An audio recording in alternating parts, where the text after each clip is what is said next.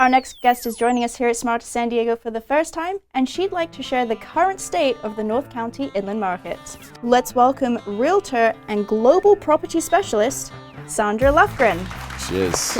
Welcome to the show, Sandra. Nice to have you. Thank you so much for having me today. Okay, so North County inland real estate market. First of all, let's define that. What areas are we talking about specifically? So we're talking about kind of Poway, Rancho Bernardo, Rancho Penasquitos, Scripps Ranch. I would include those in So that. the 15 corridor. Yeah, 15 corridor, yep. Okay. Big area. So, yes. A lot of homes. Definitely. Tens of thousands. So it's always hard to define a specific market that's that big, right? But you've got data I do. that tells us some stuff. I do have That's data. really interesting. Yes, talk about that. definitely.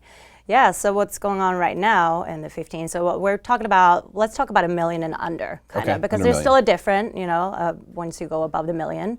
The inventory is extremely low right now. I mean, it's 1.4 months as opposed to 3 only 2 years ago.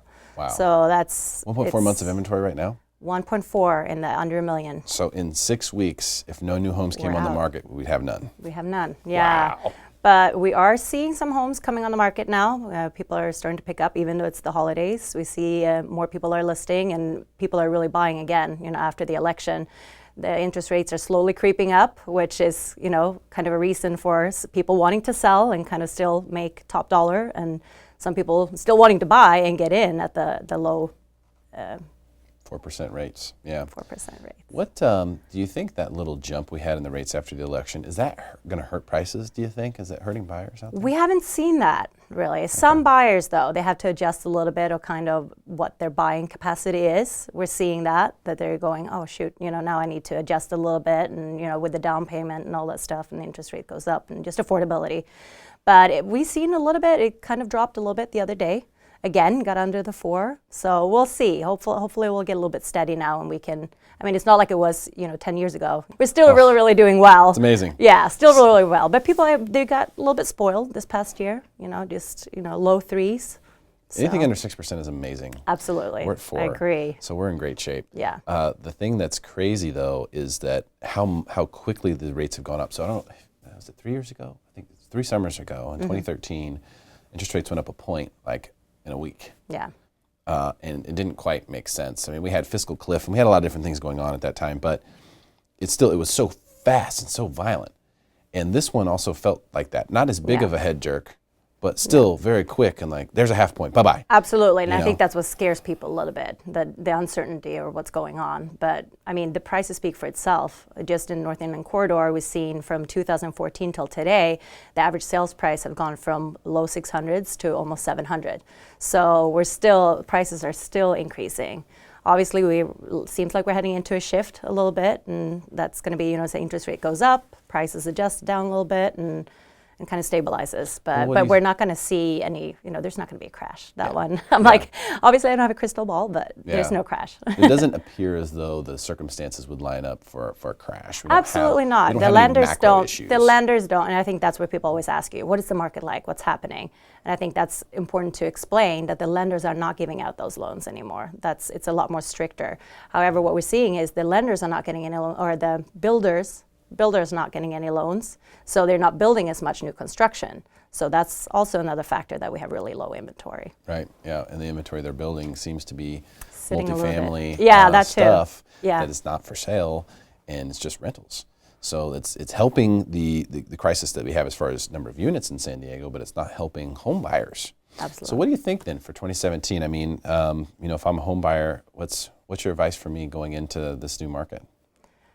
I think that I usually tell, especially if they're first-time home buyers, just buy something, get into it, build your equity. I think that's important. Take advantage of these low interest rates. We don't know how long they're going to last. I still think it's a good time to act.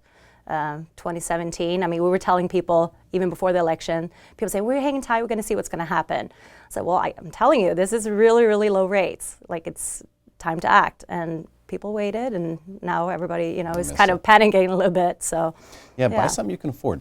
Buy something you can comfortably afford. Absolutely, and I think that's so important because people like to extend. A lender is, sometimes keen on giving you more than you can actually afford in your everyday life. So it's really important to go over that and see what all the costs are. And isn't that crazy though? That when you do a mortgage application, they don't look at all those things. They don't look at how many kids you have, or if they're in private school, or there's so many liabilities that you have that they don't look at. Isn't that crazy? Yeah, well, some of that. That's why people can qualify for too much house, and that's one of the big. If we have a macro issue right now, I'd say that would be it. Absolutely. But there are also some people who can afford a home that aren't, because of the way that DTI is created, and they have plenty of disposable income. But so it works both ways. Yeah. I don't think it's a deciding factor for a macro problem, but I do think it is an issue with lending is that needs to get cleaned up somehow, because you do see situations like that where someone is qualified. Hey, you're qualified for $600,000, but they buy a $600,000 house, and now they're so house poor. Yeah, no, I always, that's really one of my missions. One of my missions Let's call it that. when I consult my clients, when I consult them, to really make sure that they're comfortable with it and also have that discussion, because what the lender is doing, what I'm doing is different, and I don't like to show people homes that really stretching their budget. I'd rather start lower and see if they can fall in love with something there, rather than start at the high end and then have them be stretched. Yeah. So, I mean, it's a long-term business I'm in. I don't want to just do that one sale. I'd rather sell them something they can grow in, build some equity, and then come back in a couple of years. Yeah. That's ideal for my business, right? Sure, and good for them too. Yeah, they're something absolutely. they can afford. If they take a hit, Absolutely. they can still live there. And that's another reason why I say when people buying a home, to make sure that they really look long-term. Don't have the thought of saying that, well, I'm going to sell in 3 years. What is the market going to look like in 3 years? I mean, I can't tell you that. You need to buy something you can afford for the 30 years if you're getting a 30-year fixed, or like we're seeing now, the 15 years becoming a lot more popular just because of what's happening. With the interest rates going up a little bit, people are switching, and the lender's getting more creative with what products they are offering to people. They always will. Of course. So we're talking under $1 million, 15 corridor, Rancho Bernardo Poway, Scripps. For us, what do you think is the right advice for sellers? Because for buyers, it's, hey, get into something you can afford. Know that these rates may not be around forever, like we've been saying. Yeah. But what about sellers? I mean, this is one of those things where now all of a sudden the buying pool might have just shrunk a little bit for them. What do you tell somebody who's in that situation? Well, I like people to look into what their situation is. Do they really need to sell, or what are they doing? I mean, right now I have 3 coming listings. They were waiting kind of right after the election to kind of see. And now they're like, oh, interest rates are going up. Are we still going to get top dollar? So I really think it's important to look at your own situation and what's going on. But yeah, I mean, you can still sell. You're still making a lot of money in San Diego if you own your home for a long time. So the inventory situation is going to override the interest rate increase? Yeah, I think so. Yeah, I really think so. I mean, like you said, just over the past 2 years, it's half the inventory at the same time of year. So yeah, that's insane. Yeah. 6 weeks of inventory? That's crazy. Yeah, and it's the season too. People are saying, well, it's the season. And so yeah, rightfully so. But then if you put your home on the market now, you're going to have less competition. And even with that really low inventory, you're definitely seeing a lot more traffic. Yeah, I think I've noticed that just in the people that I talk to through the different shows that we produce and whatnot.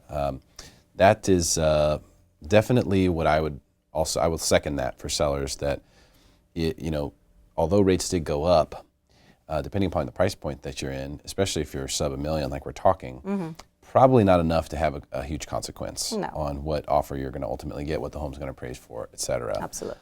Now, if we see another half point, Now we're talking about a full point, and now from that beginning point, maybe you are going to start to lose some money. So for me, if I was a seller, and I've been saying this for over a year, I'd ring the register right now. If I'm thinking I'm going to sell the next couple of years, or I want to upgrade, or I'm going to move, or I want to do something with the house, I would move right now and let this market, let's see what happens with this market right here, right now. Yeah, and and also, like you said, if you're a seller and you still need to buy, it doesn't really matter that much, because you still need to get into something else, right? So it kind of goes both ways. Correct. But I have people that sell with me and then they rent for a while to kind of see what's happening, and hopefully it's turning into a buyer's market. If we're looking at history in the past, kind of how it's cyclical.